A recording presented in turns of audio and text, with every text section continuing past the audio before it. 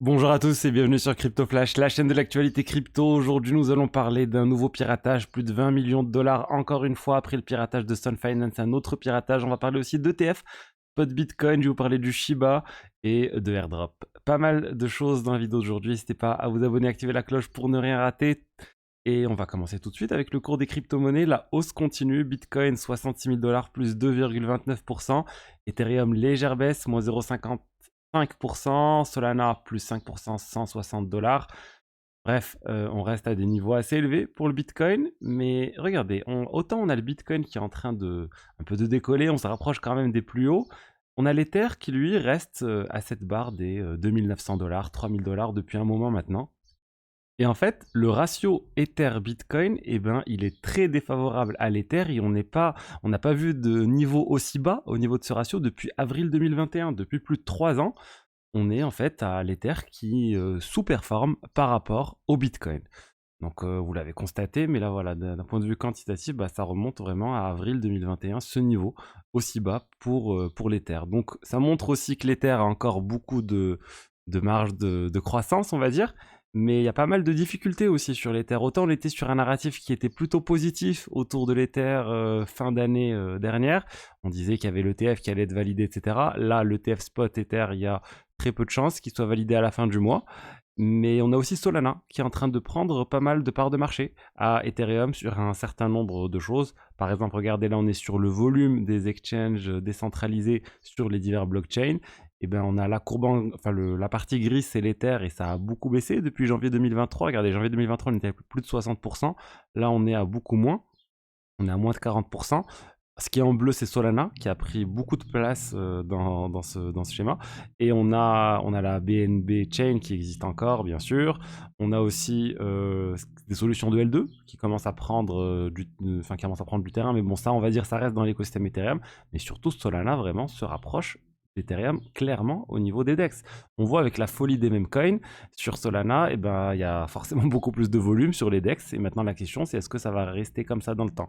Honnêtement, je vais être transparent avec vous. Solana, j'avais un avis assez négatif sur cette blockchain depuis un certain temps. Je voyais pas en fait sa place dans l'écosystème.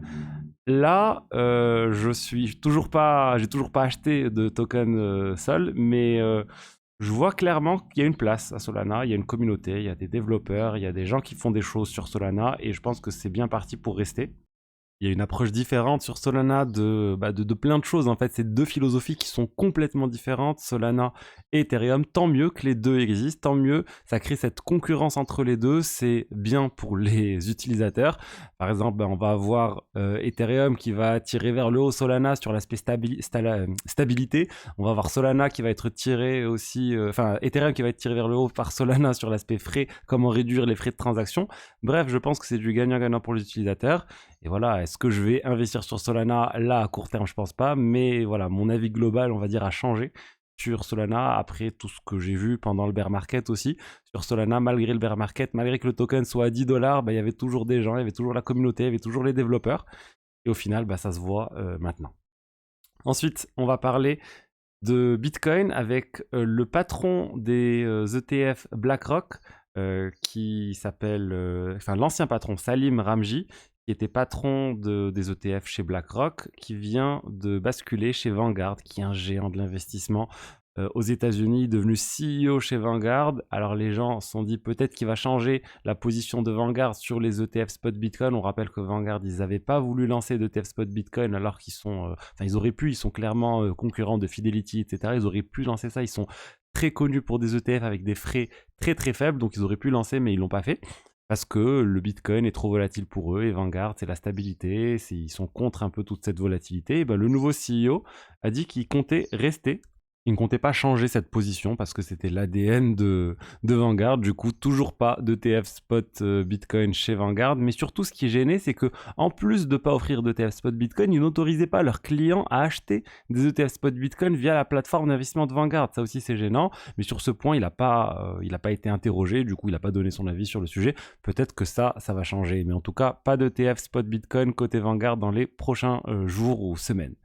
Je voulais vous rappeler aussi que l'offre de bienvenue Sur Bitvavo, des 20 euros est toujours valide encore quelques jours. Je vous tiendrai au courant quand ça va partir. Il suffit de déposer 20 euros pour pouvoir obtenir 20 euros. Bitvavo, c'est un partenaire de la chaîne et ils ont l'enregistrement PSAN. Ils ont des frais de transaction qui sont vraiment bas.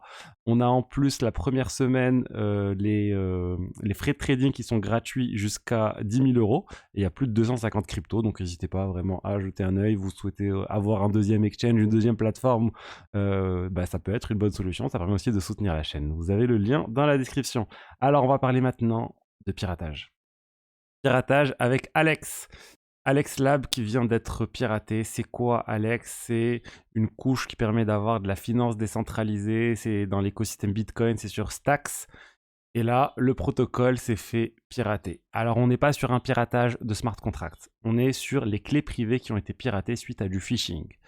Je vais revenir un peu sur le sujet, mais qu'est-ce qui a été volé? On parle principalement de 13,7 millions de Stacks. Le token Stacks, ça vaut autour de 2 dollars.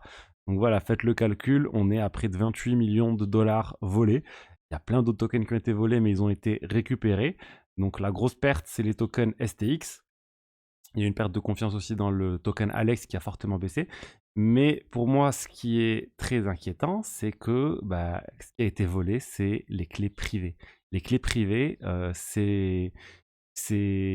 va dire, c'est pas une manière de stocker les fonds de vos utilisateurs. C'est pas une manière de stocker ça sur une machine où un simple phishing fait que la personne, le hacker, peut vous voler cet argent. Ils auraient pu utiliser plein de choses pour éviter ça. Ils auraient pu utiliser un hardware wallet. Quand on utilise un ledger ou autre, on ne peut pas être victime de ce type de choses. Là, vraiment, ça montre une incompétence au niveau de Alex, au niveau de la gestion de la sécurité chez Alex.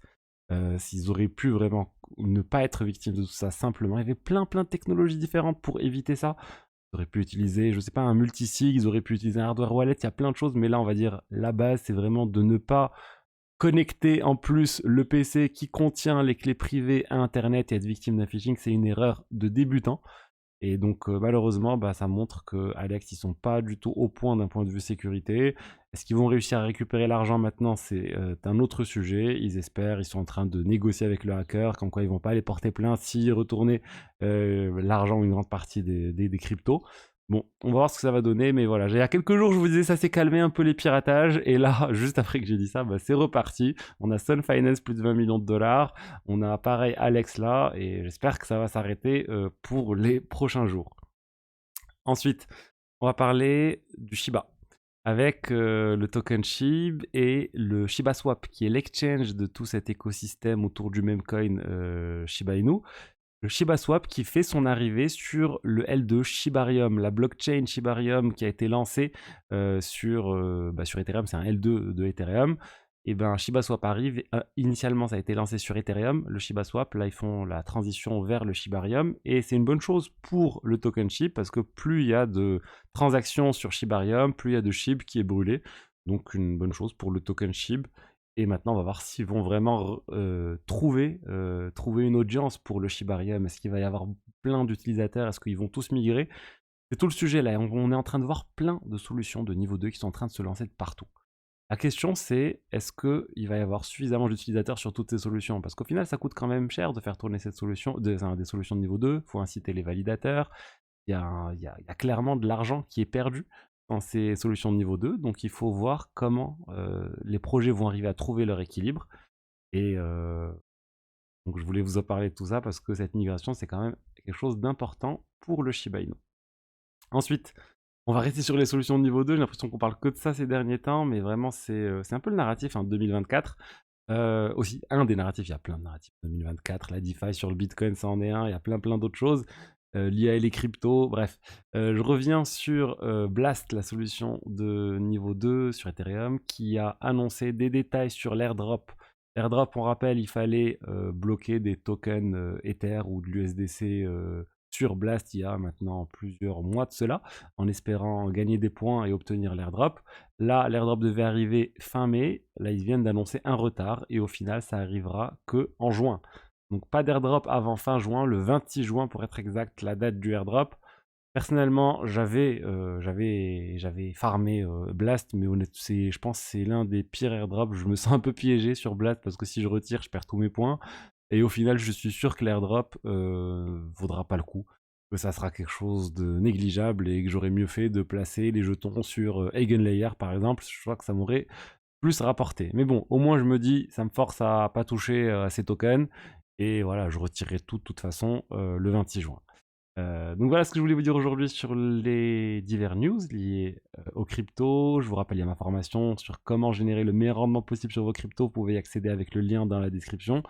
On évoque plein de sujets différents. S'il y a des choses que vous ne comprenez pas liées à la finance décentralisée que j'évoque, bah, tout normalement devrait être dans la formation. La formation elle évolue et vous trouverez aussi une séance de coaching offerte pour ceux qui veulent développer un sujet plus particulier en tête-à-tête avec moi. Donc voilà ce que je voulais vous dire aujourd'hui sur les diverses actualités.